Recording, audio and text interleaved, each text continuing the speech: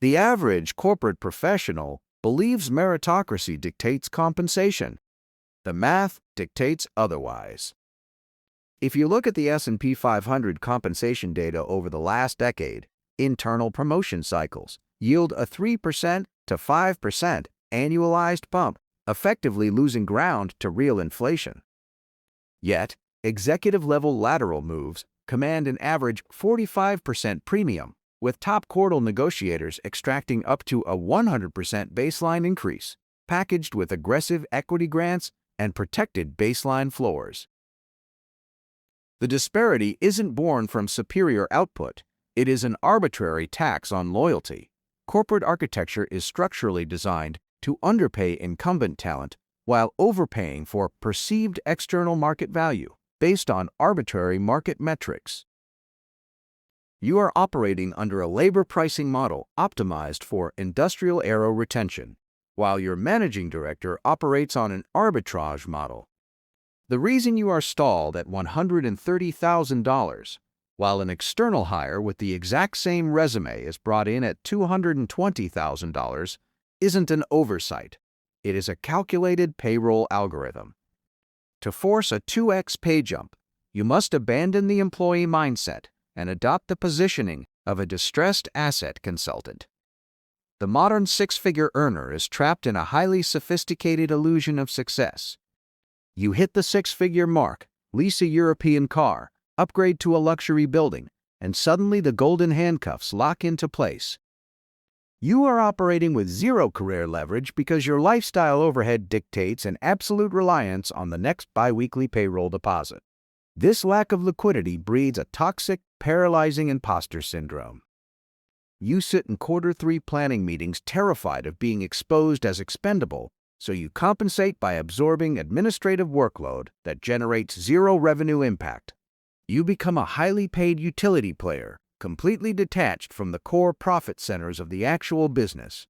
The systemic trap is the rigid compliance architecture of modern corporate HR. HR does not exist to optimize your career. It exists to cap organizational labor costs. They enforce salary bands to ensure no incumbent employee breaks the compensation ceiling without a rigid track record of internal approvals.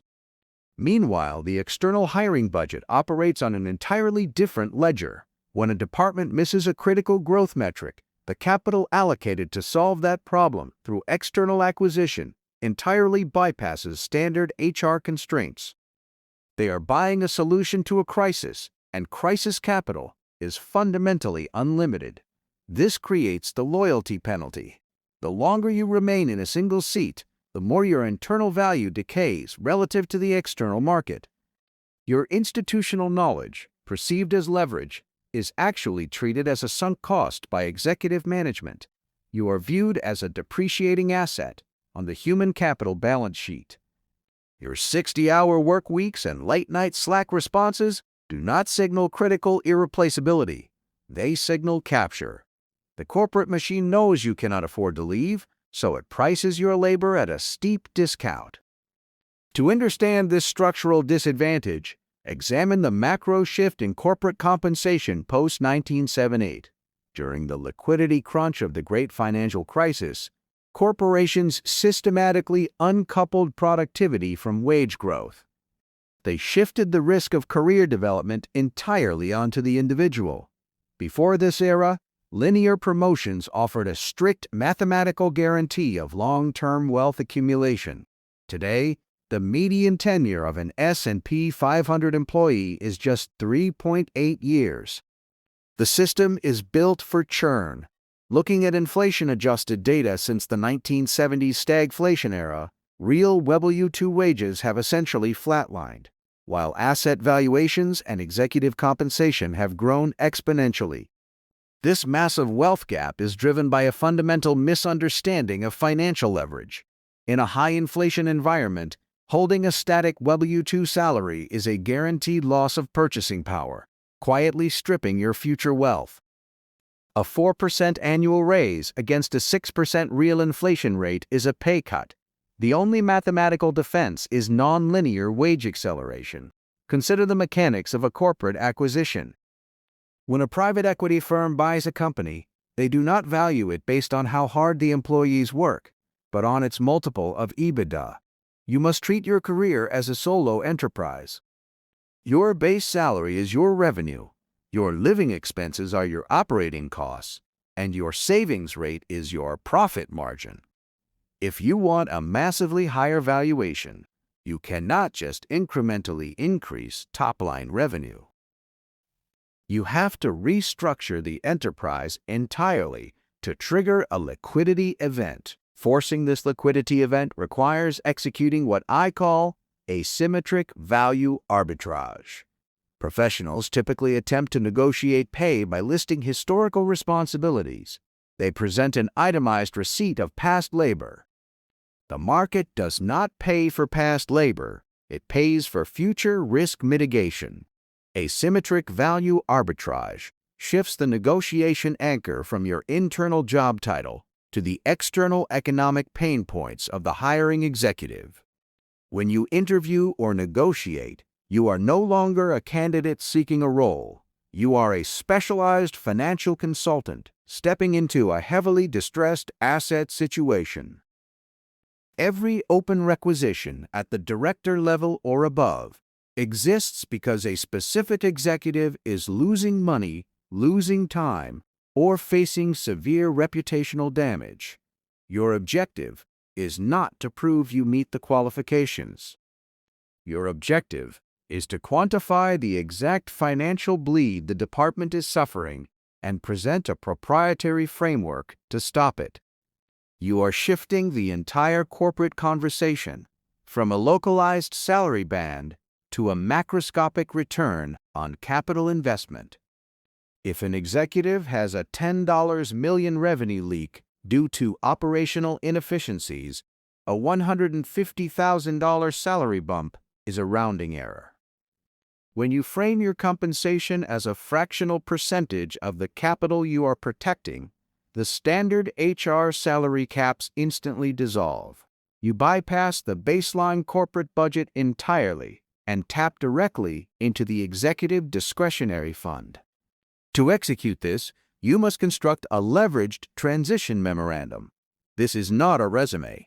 A resume is a historical compliance document, while a leveraged transition memorandum is a forward-looking 90-day execution phasis.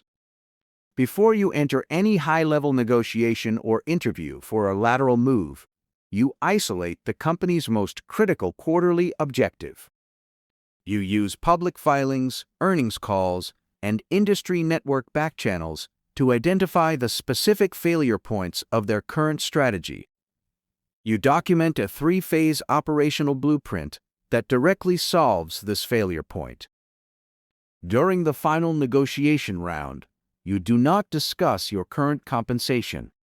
You present this memorandum. You state clearly, without hesitation, that your execution of this blueprint is strictly contingent on a specific compensation structure, heavily weighted in performance-based equity or a substantial sign-on capitalization. You demand a bifurcated package, a baseline W-2 that matches their top-tier band, coupled with an aggressive capital gains mechanism tied directly to the metrics you outlined in your memorandum. This strategy forces the hiring committee to evaluate you not against other candidates, but against the cost of their continued failure. It completely short-circuits the standard HR negotiation algorithm. By linking your compensation to a strategic turnaround, you immediately elevate your perceived market value from a mid-level operator to an indispensable strategic partner. You have successfully weaponized their internal operational anxiety directly into your personal career leverage, but forcing a massive surge in W-2 income creates an immediate, devastating structural vulnerability. When you double your base salary, you violently cross the threshold directly into the most predatory tax tiers of the IRS code. The compliance architecture you just escaped in HR is replaced by a far more aggressive compliance architecture enforced by the federal government. Earning a $250,000 W-2 salary without a sophisticated legal entity structure is the equivalent of generating corporate revenue without deducting operating expenses. You are willingly surrendering your newly acquired career leverage to the 37% marginal tax bracket, funding systemic bureaucratic inefficiencies while starving your own personal balance sheet of liquid capital. The true scale of this systemic trap doesn't stop here. Click the video on your screen right now, and let's pull back the next layer.